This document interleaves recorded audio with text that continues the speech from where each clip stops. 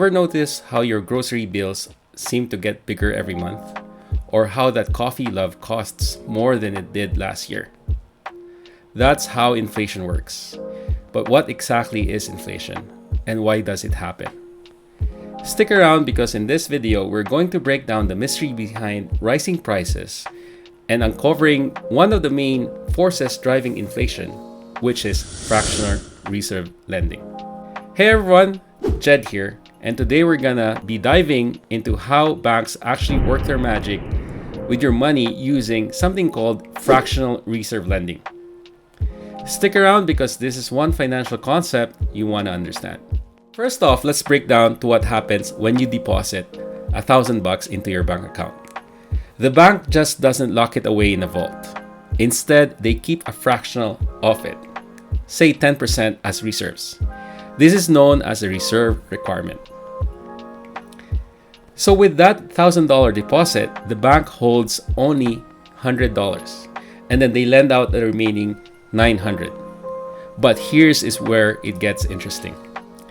The $900 that they lend out gets deposited into another account, either in the same bank or a different one. And guess what? Now the bank holds 10% of this, so $900, which is $90, and then they lend out the other $810. This process repeats over and over, with each round creating more and more money in the system. So even though you only started with $1,000, the total amount of money circulating in the economy is much higher. And this is how fractional reserve lending creates money. This can sometimes lead to as much as 10 times the initial deposit. Or in other words, the $1,000 you deposited creates $10,000 of lending money, $9,000 of which is created out of thin air. But why do the banks do this? Simple. It's to maximize the amount of money that they can lend, which in turn fuel economic activity. Loans are given to businesses to expand, individuals to buy homes, so on and so forth. It's a cycle that keeps our economy buzzing.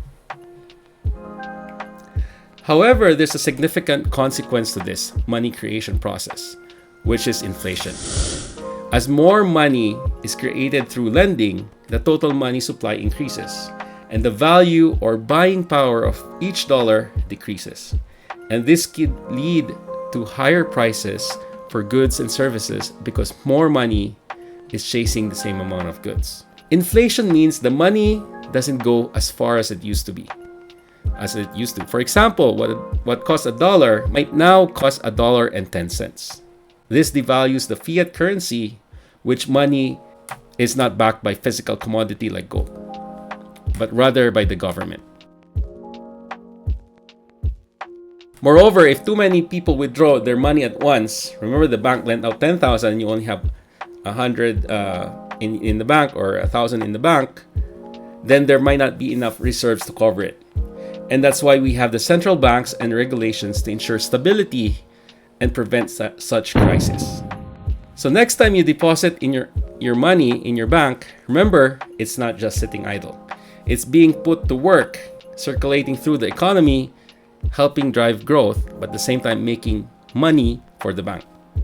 So it's crucial to understand how this can create inflation and impact the value of your money.